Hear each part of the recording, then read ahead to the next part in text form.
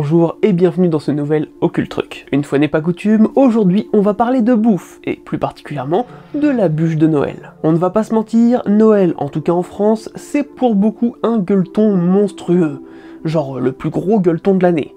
Apéritif, puis saumon, foie gras, fruits de mer, huîtres ou toute autre multitude d'entrées, parfois plusieurs plats, digestifs, plateaux de fromage, titanesques, et après, comme si on avait encore de la place, la bûche de Noël.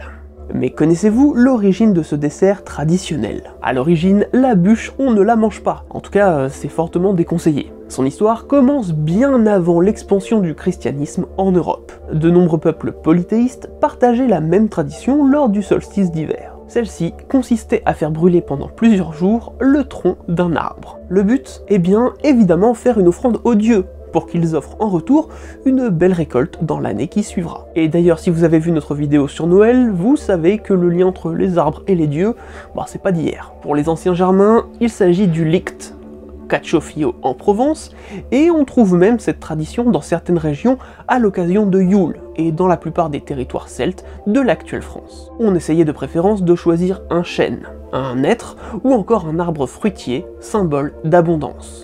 Oui, le chêne et le hêtre sont des symboles d'abondance, car la consommation de glands venant du chêne et de fanes venant du hêtre était commune à l'époque, et ce jusqu'au Moyen-Âge. Le christianisme se répand en Europe, et comme il est difficile de l'implanter, il récupère de ci de là des traditions afin de les intégrer. Ainsi, cela permet aux paganistes de se retrouver dans la chrétienté. Et ça évite aussi pas mal de révoltes. À partir de là, la bûche prend 1000 noms, en fonction de la région, de l'époque, ou encore de la langue locale. Les plus courants sont tréfeu, ou tréfoué, qui signifie trois feux. En Normandie, on dit souk ou chouquet. Dans la Bresse, on l'appelle tronche. En bourguignon, suche ou gobe de Noël. Pour les berrichons, c'est la cosse des Naou. Dans les Vosges, galanche des Noé. Pour les Bretons, fefné des Lec. En Champagne, coque de Noël. En Picardie, la choque de Noël. En Lorraine, hoche, auche, auque, toc ou encore mouchon. En Provence, chalandon, caléniaou, cachafouec, cachafouoc ou encore calando. Dans le Languedoc, soc des Nadal.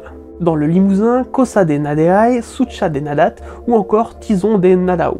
Dans les Ardennes, boc. Dans le Roussillon, cachefioc. En Aquitaine, capso.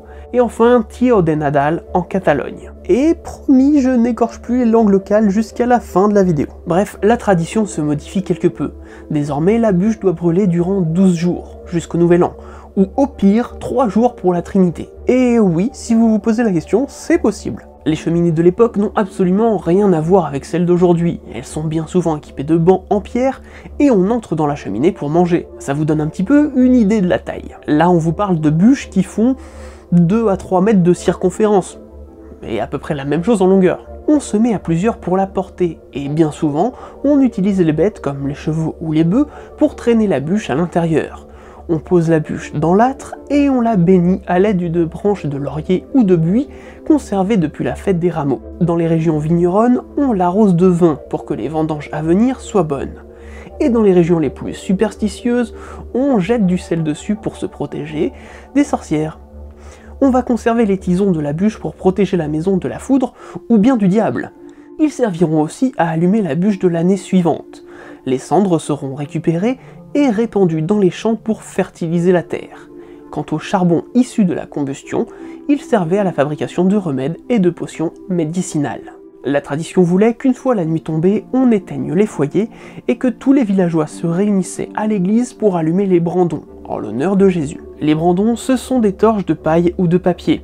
Ensuite, le prêtre bénissait les brandons que l'on allait promener dans les champs. Il était alors très important que ces torches soient les seuls feux allumés du village. Une fois la procession terminée, chaque famille rentrait chez elle. Les plus jeunes récupéraient alors les tisons de la bûche de l'année précédente, avant que les parents ou les grands-parents ne les placent dans l'âtre. On ajoutait ensuite la bûche de l'année, et à l'aide des brandons, on allumait les tisons et la bûche. La famille entière se réunit autour de la bûche tandis que l'on récite des prières, et ce jusqu'à 11 h, où la famille se rendait alors à la messe de minuit. Mais comme souvent, chaque région avait ses petites nuances et variations de la tradition. Par exemple, vers Orléans, c'est la mère de famille qui place la bûche dans le foyer, après avoir pris soin de l'entourer de branches de genièvre ou de bruyère. Dans le Berry, la bûche doit venir d'un chêne vierge abattu à minuit. on l'asperge d'eau bénite avant d'y mettre le feu. Enfin, les tisons de la bûche sont placés sous le lit des maîtres de maison. En Bretagne, ce sont les femmes qui restent à chanter des cantiques la nuit de Noël, et les hommes, une fois le feu allumé, doivent rester en retrait. En Provence, cette célébration porte le nom de Caciofio. Ici, c'est le plus vieux et le plus jeune qui portent la bûche ensemble. Suite à cela, ils doivent faire 3 fois le tour de la table, qui est elle-même recouverte de 3 nappes. Le plus jeune jette 3 verres de vin sur la bûche, et le plus vieux récite une prière. Et cette prière, je vais vous la faire en français, parce que j'ai promis de plus écorcher la langue locale. Bûche de Noël, donne le feu, réjouissons-nous, Dieu nous donne la joie. Noël vient, tout vient bien. Dieu nous fasse la grâce de voir l'an qui vient, et si nous ne sommes pas plus, que nous ne soyons pas moins. Suite à ça, le charbon de la bûche était alors placé dans les étables pour protéger les troupeaux. En Provence aujourd'hui, c'est le plus ancien qui arrose le feu, et plus le plus jeune. Bah oui, c'est dangereux pour les gamins, ils utilisent plutôt du miel ou du lait. Bon, il faut avouer que cette tradition de la bûche de Noël n'est plus, ou bien que très rarement, célébrée telle qu'elle.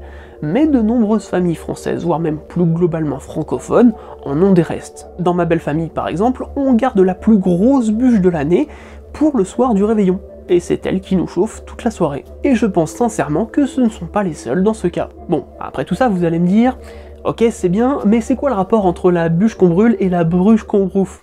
La bûche qu'on bouffe. Cette phrase est dure à dire. Eh bien, au 19e siècle, les grandes cheminées cèdent peu à peu leur place à des systèmes plus modernes, surtout dans les grandes villes. Les poêles en fonte sont trop petites pour accueillir la grosse bûche traditionnelle. On la remplace par une petite rondelle de bois. Mais la bûche n'était pas morte, car elle fut sauvée par la gastronomie française. En fait, il existe une autre tradition datant du Moyen-Âge qui va venir sauver la bûche. Celle des petits gâteaux que l'on offre aux enfants lors du réveillon de Noël.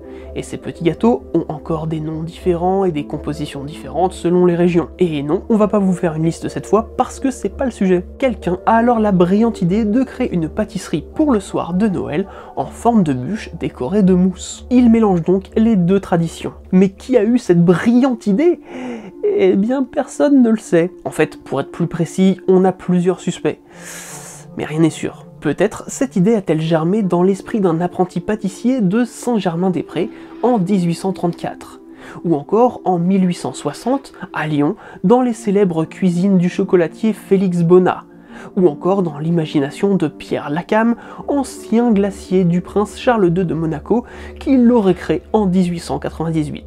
Il faudra ensuite attendre la libération de 1945 pour que cette pâtisserie connaisse un véritable succès et se répande partout en France, puis dans les pays voisins, majoritairement les francophones. Et oui, on vous voit venir, on sait très bien qu'il y a d'autres pâtisseries traditionnelles que l'on mange le soir de Noël, comme ça, ou encore ça. Mais ça, c'est un Christolène, c'est allemand, ça c'est un Christmas pudding, c'est anglais, ça c'est un panettone, c'est italien, ça c'est un cugnu, c'est belge, ça c'est un bolo de merle, c'est portugais, et ça, ce sont des mélomacarona, c'est grec. Et ce ne sont pas des bûches de Noël, qui est quand même notre sujet du jour. Donc tout ça pour dire que l'on est quand même passé d'un arbre que l'on fait cramer en l'honneur des dieux à un dessert en l'honneur de notre petit bidou. Voilà, on espère que cet Occultruc vous a plu et qu'il vous a permis d'en apprendre un peu plus sur ce dessert que vous allez sûrement consommer dans quelques jours. Enfin, si vous regardez cette vidéo au moment de sa sortie. D'ailleurs, peut-être que cette vidéo vous permettra de donner l'origine de ce dessert afin d'éviter quelques sujets qui peuvent être dangereux dans les repas familiaux. N'hésitez pas à nous dire dans les commentaires si la bûche que l'on brûle lors de la nuit du 24 décembre est encore une tradition que l'on pratique dans votre famille. N'hésitez pas à partager la vidéo si elle vous a plu et à nous rejoindre sur les réseaux sociaux si ce n'est pas encore fait. Instagram, Twitter ou encore Facebook. Et comme d'habitude, on se dit à très vite pour un nouveau moment de culture.